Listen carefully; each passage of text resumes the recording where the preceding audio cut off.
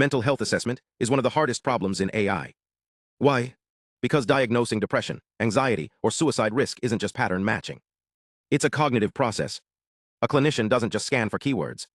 They gather observations, weigh uncertainty, appraise events, evaluate coping resources, and only then form a conclusion.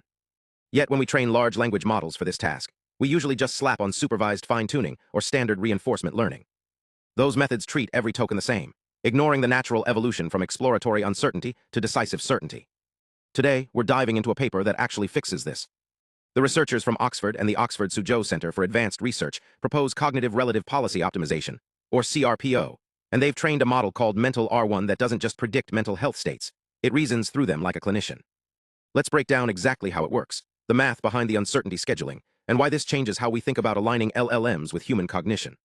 Current LLM post-training methods are fundamentally stage-agnostic. They optimize for the final answer without caring how the model gets there. But in clinical practice, reasoning is structured. The authors draw directly from cognitive appraisal theory, a well-established psychological framework. They formalize reasoning into 5 explicit stages.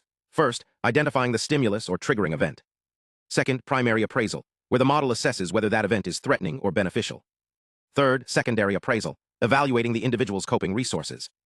Fourth, the reaction, predicting effective or behavioral outcomes. And finally, the mental state, the actual diagnosis or risk level. To enforce this, the model is trained to output each stage within dedicated tags, and a format reward strictly penalizes deviations. This isn't just for interpretability. It forces the model to separate surface-level cues from underlying cognitive appraisals, which is critical when a patient's external functioning looks stable, but internal signals point to depression. Now here's where the real technical innovation lies. The authors introduce Stage-wise Entropy Regularization, or SCR. In reinforcement learning, especially methods like GRPO, we usually apply a uniform exploration strategy across the entire generation. But human cognition doesn't work that way. Early in an assessment, we want high uncertainty. We want the model to explore multiple interpretations. As it moves through the appraisal stages, uncertainty should drop. We want convergence. CRPO makes this explicit through entropy modulation. Let's look at the math. For any generated output, the token-level entropy at position K is calculated as the standard Shannon entropy over the vocabulary. But instead of averaging it across the whole sequence, CRPO partitions tokens by reasoning stage and computes a stage-level entropy. Then it applies a stage-dependent coefficient, beta, to each stage. This beta is scheduled using a hyperbolic tangent function. Early stages get a positive beta, which increases the entropy term in the objective, actively encouraging diverse exploration. Later stages get a negative beta, which suppresses entropy, pushing the policy toward deterministic, confident predictions. The transition point, tau, is tuned to occur right after the secondary appraisal stage.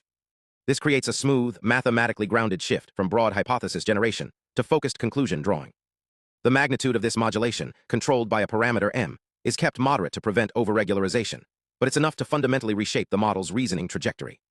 CRPO builds directly on group relative policy optimization. In GRPO, instead of training a separate critic network, advantages are computed relative to a group of sampled outputs from the same prompt. The advantage for output I is simply its reward minus the group mean, divided by the group's standard deviation.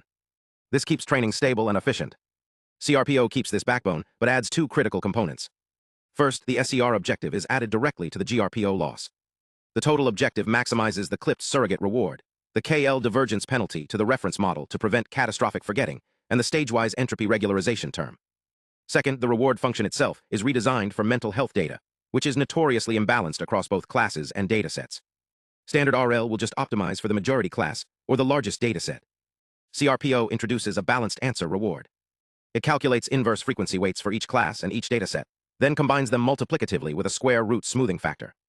Rare classes in small datasets get the strongest reinforcement signal, while common classes in large datasets get downweighted.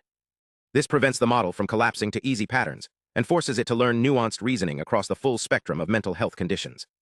To validate this, the authors trained Mental R1 on 8 fully public human-annotated mental health datasets covering stress, anxiety, depression severity, suicide risk, and loneliness. They compared against supervised fine-tuning, critic-free RL methods like RLOO, Ray Max, Reinforce++, DAPO, and GRPO, plus major proprietary and open-source models including GPT-5 and DeepSeek R1. The results are clear.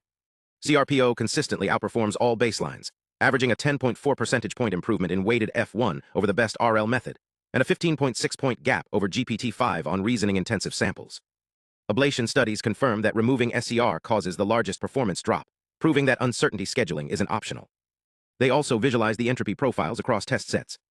While the base QN3 model maintains a flat, uniform entropy distribution, mental R1 shows a sharp, consistent decline from stimulus to mental state, exactly matching the theoretical uncertainty to certainty trajectory. Let's look at a concrete example. A patient reports stable work, smooth social interactions, but also nighttime sleep difficulty and a persistent feeling of emptiness. A standard GRPO model sees the dominant positive external signals and predicts not depressed. Mental R1, however, follows the cognitive stages. It identifies the stimulus, appraises the internal signals as potentially negative, notes intact external coping but incomplete emotional resolution, and correctly concludes moderately depressed. It delays premature commitment, weights subtle internal cues appropriately, and aligns its reasoning with clinical practice. This paper demonstrates that aligning LLMs with human cognitive dynamics isn't just about better prompts or more data. It's about structuring the optimization landscape itself. By modulating entropy across theory-grounded stages and balancing reinforcement signals for imbalanced clinical data, CRPO creates a model that doesn't just guess answers, it reasons through them. For anyone working on AI for healthcare, reasoning models, or alignment techniques, this framework provides a blueprint for building systems that actually think the way humans do. If you want to dive into the full methodology, the code, and the transparent benchmark, I'll leave links in the description. Thanks for watching, and I'll see you in the next one.